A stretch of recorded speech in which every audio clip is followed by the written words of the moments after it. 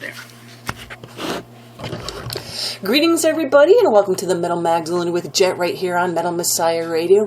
Today we have a very special guest with us. We have Mr. Joey Vera, bassist of the legendary metal band Armored Saint. Welcome to the show, Joey. Hello there. Thanks for having me. I'm glad to be here. So, Joey, Armored Saint, been around now for like 35 years. 35 years. Why don't they go away already? Oh my gosh. So hey, tell us a little bit about the early days of Armored Saint back when you guys were all teenagers.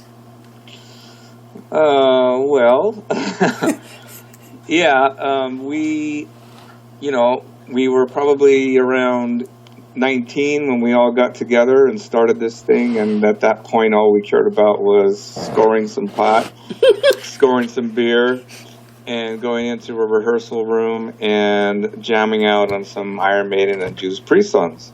So, life was very simple back then, and we had, our goals weren't set very high.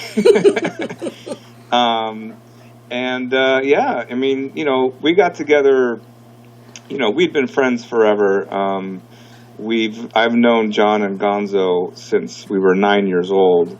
We all went to the same grammar school and middle school and high school, of course, and we became really tight around middle school, and that's when we started hanging around each other and sharing this interest of music, and so we've had a long history, and so when the band was forming, it was just sort of a natural evolution of where we had come from. And, like I said, we just kind of got together. We were all into music, and we wanted to play and perform. And I think Kiss Alive 1 was probably the culprit for getting us all to pick up instruments and want to sing and to play instruments and be in bands and stuff. So, by the time we were graduated high school, it was time for us to do this for real. So that's what we did. I mean, out on the West Coast now, and I love reading all your history and stuff like that, and all the Metallica stuff. Well, were you guys like all buddies or something? I mean, what's going on with all that stuff? Well, like I said, when we first started, we were just, suburban kids just outside of LA, and we were just kids, wanting to play music. And so once we got into the band and started playing clubs, then we started to realize that we were in the midst of something that was beginning. And that this was the influence of the new wave of British heavy metal having an impact on America.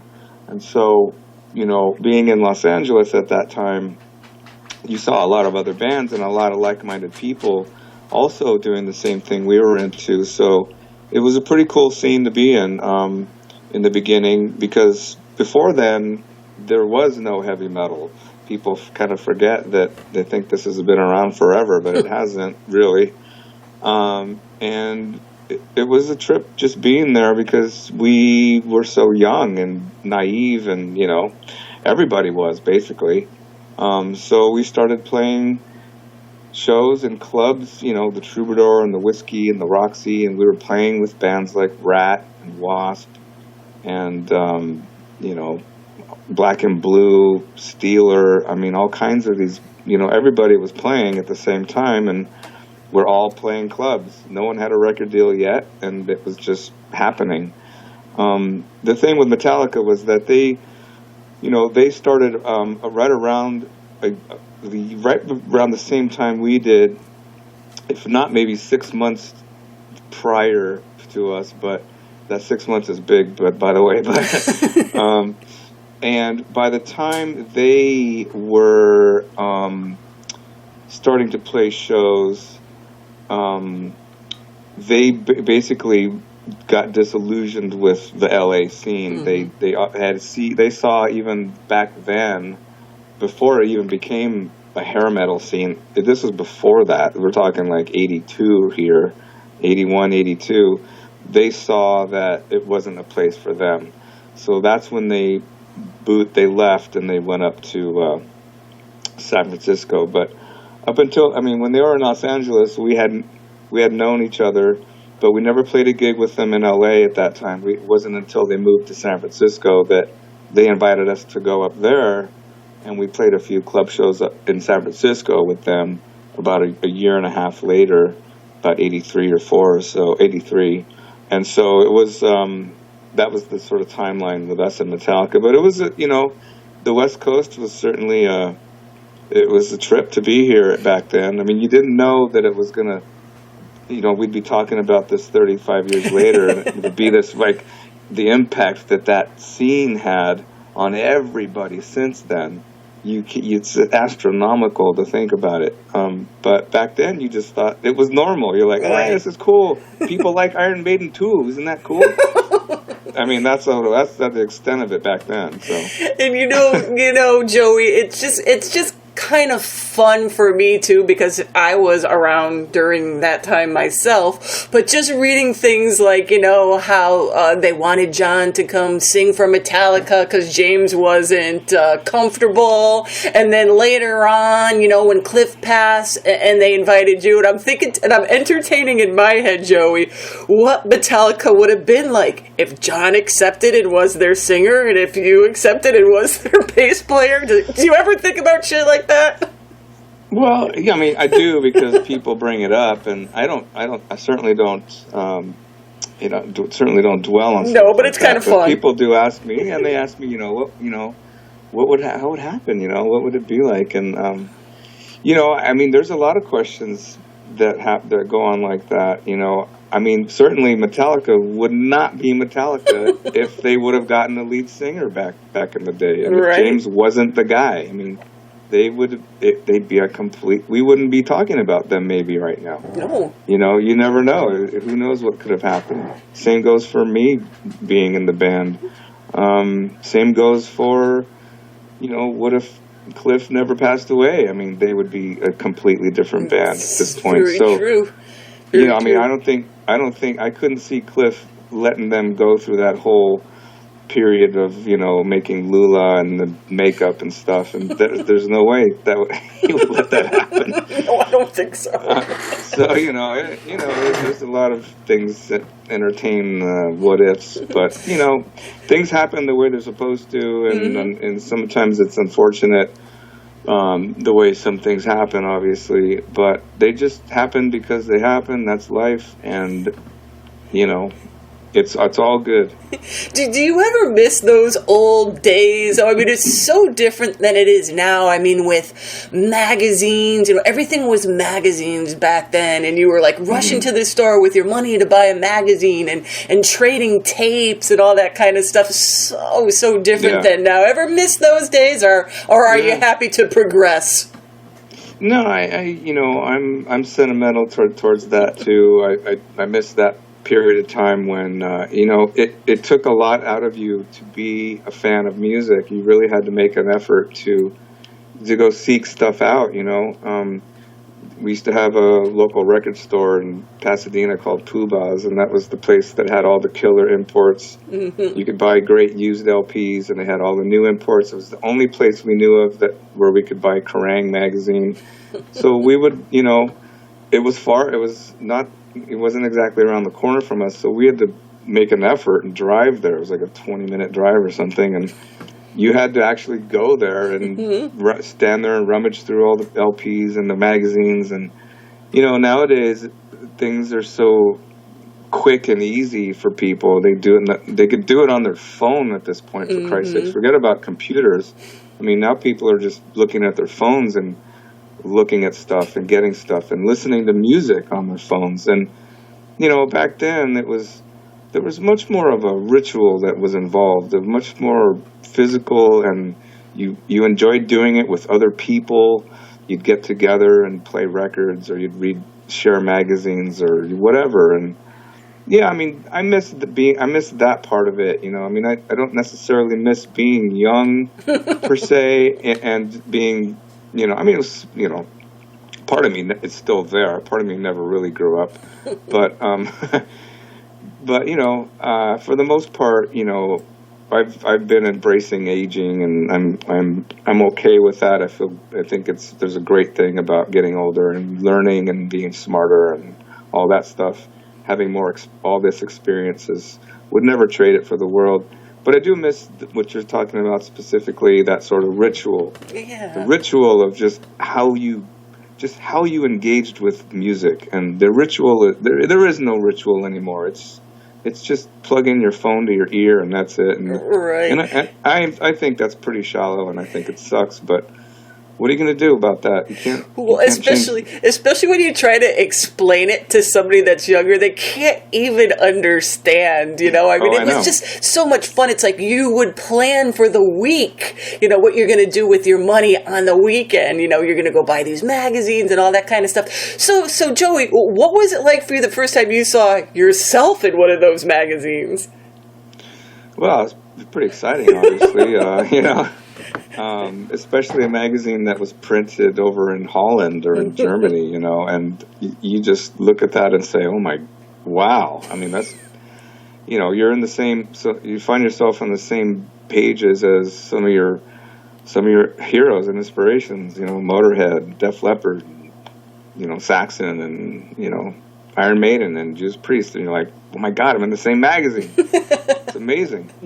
So yeah, I don't remember the very first time, but I do remember.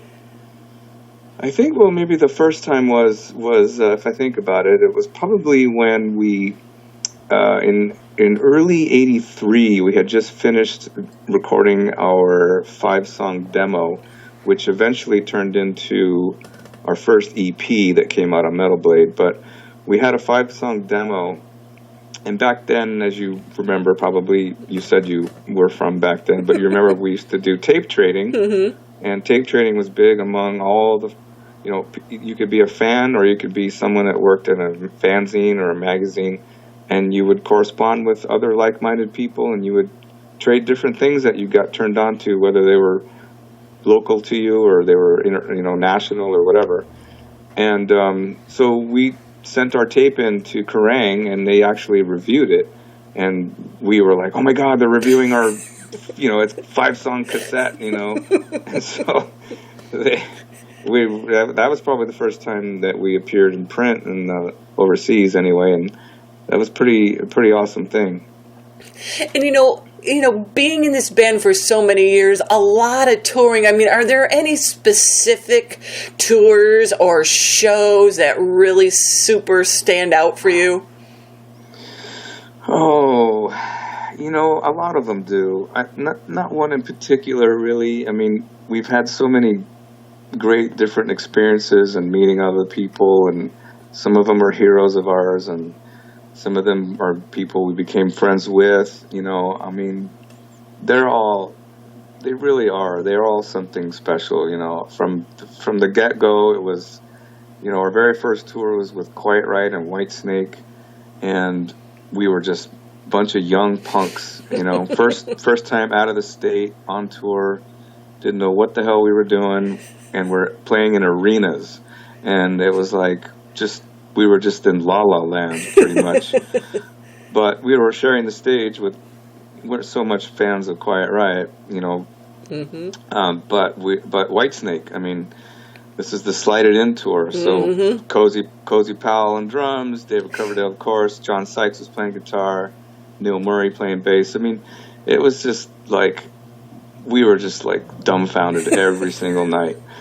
And then, you know, a little bit later, legendary tour for us was Metallica and Wasp in the United States, and that's when we became super tight with the Metallica guys on that tour. We just really bonded, and we're sharing buses, and it was like, you know, 6 weeks of complete mayhem. It was great.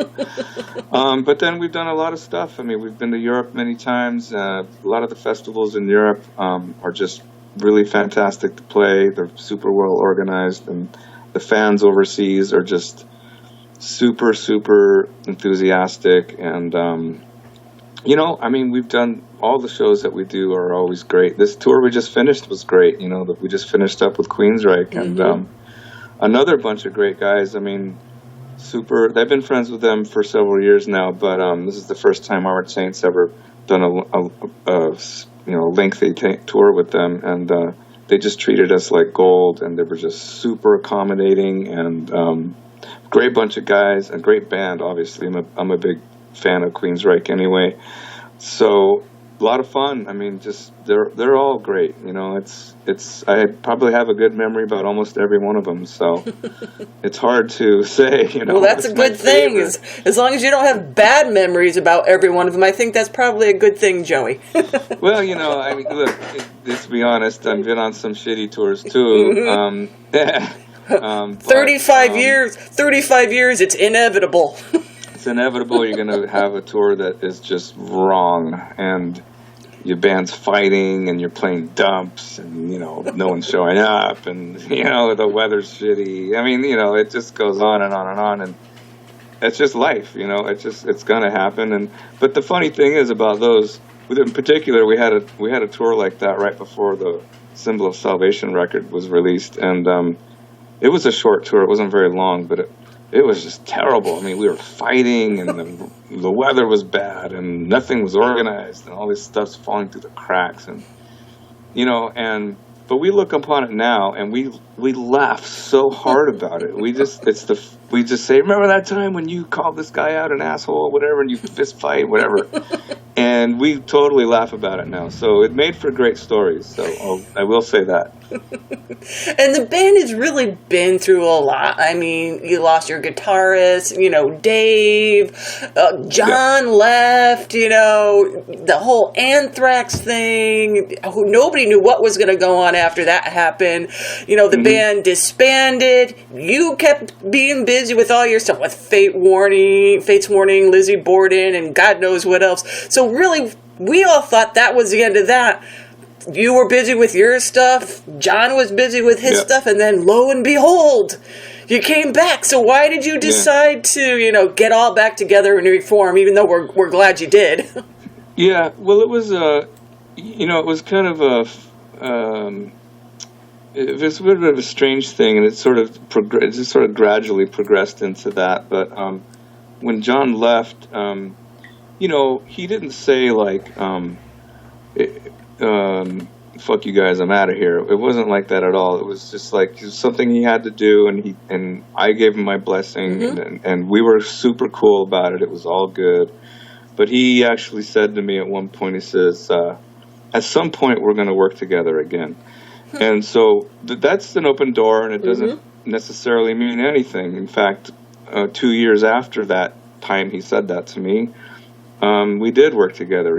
I made a solo record in '94, and he sang a song on it. So, okay, we did work together again. So maybe that was the end of it, you know. But during his travels all throughout, you know, he got to go to a lot of cool places that Armored Saint had never been to. And so he was meeting a lot of, obviously he's the new singer in Anthrax, so he's meeting all kinds of people. And he would come back from every tour and telling me how many Armored Saint records he would sign out there on the road.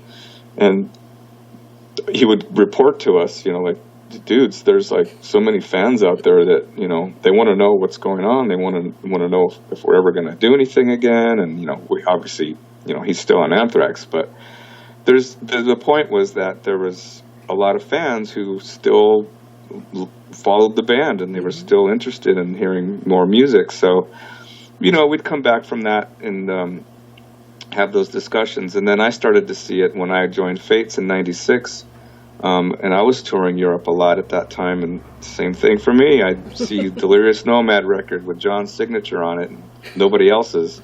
So it was like that for everywhere I went. So it wasn't until in the end of around '98, '99, Anthrax was going to take some time off to do the SOD kind of reunion thing they did. And so they went out and did that for, I don't know how long they were busy, probably a good 6 to 12 months perhaps at that time. So John felt like he had some downtime, and you know, obviously we made it clear with the band, like, hey, is it cool if John does this side thing with Saint? We're just going to get together and maybe record a record. Not, you know, no big no big, you know, not going on a world tour or anything like that. And so Anthrax gave the blessing, and in fact, they even let us borrow some equipment. Oh, nice. Yeah, we borrowed some recording equipment from them, and then, we just got back together. Metal Blade was super excited at that point, and they said, yeah, if you guys have time off and want to do this, we'll put it out. So then we did that. We made Revelation, and then we even ended up doing a little bit of dates on that tour. If I remember, we did in the States, we did some stuff, and we also did about 2 weeks in Europe, and we did a short tour here with Dio and Lynch Mob, and it was fun. We got back together. It was like, again, I should maybe preface all this by saying that at that point, we kind of had a meeting about it, the band did, and we said, look, we have this opportunity to get back together and do a record, but let's keep this in perspective. We're not getting back together to conquer the world, okay? Right. We already did that and it didn't work out, so we're going to let that go. So the only reason we're going to do this is because we have the opportunity to do it. Metal Blade's willing to be supporters of this, and so we're going to do this like the way we did when we were first starting out, maybe without the beer and the pot, but, or maybe a little bit of that, but, we're going to do this because we can have fun doing this, and we're going to do it because we enjoy it, and that's it. So we said from here on out, for lack of a better way to look at this, this is going to be a side project. This is not going to be our be-all, end-all. It's not going to be our ticket to reclaiming a career or anything like that. We're going to do this because we really enjoy it, and we like making music together, and we enjoy playing together, bottom line, and that's it. So take all the expectations and throw them out the window. So that's to this day, that's how we're able to survive, is that we remind each other of that's what this is.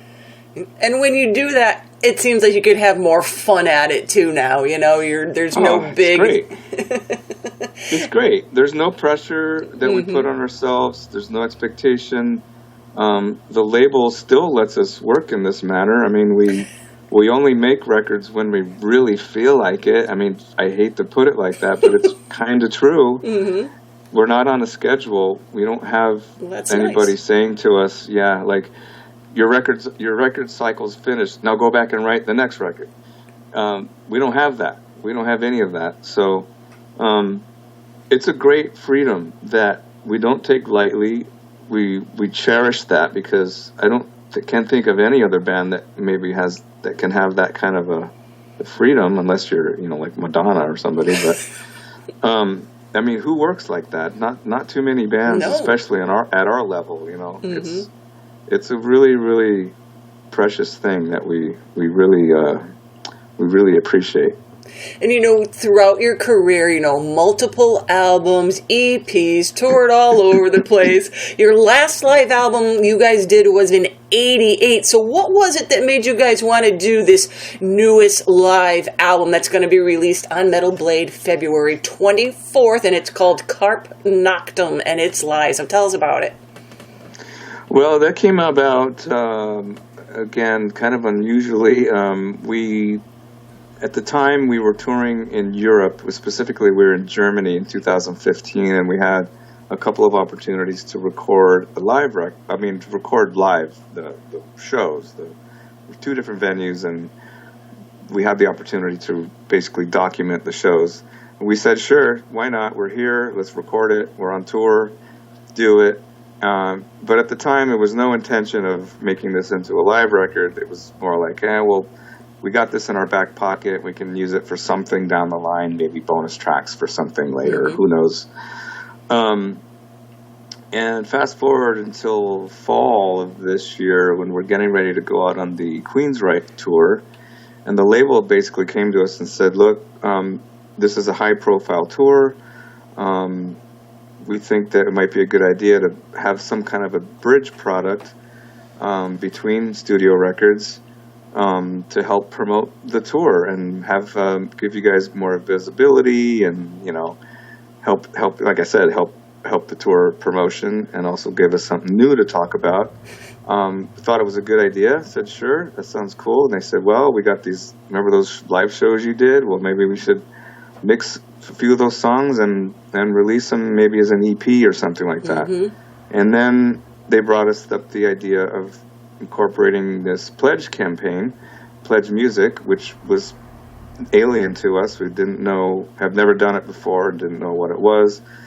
And once we realized it was like basically kind of like, it's set up like a fan club, we thought it was a cool idea because of that. So originally we were going to just do this live EP bridge thing only through Pledge, and it was going to be limited to that, and after that it wouldn't be available. But I started mixing these songs, and I said, well, this is actually coming out pretty good. What if we, like, why are we going to just limit this to the Pledge thing? And why don't we, you keep the Pledge thing in and use it as a pre-order for this product, bridge product, but let's make it available for the rest of the world after the thing's done. You know, let's Metal Blade make it an official release. They agreed to do that, so that's when we decided, well, let's put some more songs into it and then turn it into a live album. And then that was the birth, basically, of how this came about. And the whole band sounds great. I was like, oh, here we go. Live album. These guys been around the block a few times, you know, can't really do too much on a live album. And it sounded great. You guys sound cool. Just as good now as you did when you were little teeny boppers. You know, maybe better. We've done a lot of shows. I mean, the thing with our band is that we never really go out on tour, and when you go on tour, that's when you really get tight, you know, and you know, you get your first week and second week you're just like a well-oiled machine, and by the third and fourth week you're just running on all four cylinders. And we've kind of, our history has been more like we'll do 14 dates, you know, 10 dates, you know, 15 dates. At the most, we went like 20 dates or something, you know, and we're not really have an opportunity to go out there and be super tight band. So we've been doing like a lot of shows for Win Hands Down, but they've been super spread out, you know. We've done, you know, over the course of a year and a half, we've done, I don't know, 4 or 5 runs, but they've all been spread out and not that long, with the exception of the Queensryche run. So, you know, we just always try to keep the chops up, you know. I mean, like I said, had we known that we were going to plan on making a live record, it would have been treated differently probably. We probably would have incorporated maybe different songs every night so that we had more pool to choose from. Let's say we might have rehearsed longer, you know, that kind of stuff. Yeah. But we didn't. We just, you know, we rehearsed very little before we tour, and we just, you know, we just do a set list, and then we go out and do it, and, you know, I'm glad it turns out that way. I mean, I think it's a good representation of where the band is right now, you know. Absolutely. It turned out great. Now, are you guys going to be busy this year doing some touring? Well, we're going to the UK in March. It's only a week, but we're doing 5 shows there. We're doing a festival in Wales, and then we're doing some headline shows, 2 in Ireland, and 2 in the UK, Birmingham and Manchester. And then also Dublin and Belfast. So that's going to be cool. We've never played Dublin, we've never played Belfast, never played Wales, never played Birmingham, so Manchester. So that's going to be really cool. We haven't been to the UK in quite a few years, so that'll be fun. And then we're doing a handful of shows, just a weekend in May. We're playing a show in Chicago at Reggie's, and then we're also doing 2 Wisconsin shows right before it. So it's just a weekend, and that's all we got planned so far this year. You know, there might be a couple of pop-ups through summer, maybe even in the fall, but I don't know. That's all that's on the horizon as far as performing live. We have some more live videos coming out. We just released the live video of March of the Saint yesterday, and we're going to be releasing a couple more songs that are actually on Noctum. So that's going to be a cool thing to look forward to too. So absolutely, we look forward to all of that. And like you said, you're going over in Europe, going to do England, so everybody gets a chance to see you over there. And Joey, thank you so much for taking the time to do this interview with us today, and best of luck with the new album and all that touring and everything you have going on this year. Great, thank you. It's been my pleasure, and thanks for the support. I mean, can't do any of this without all that support, so thank you.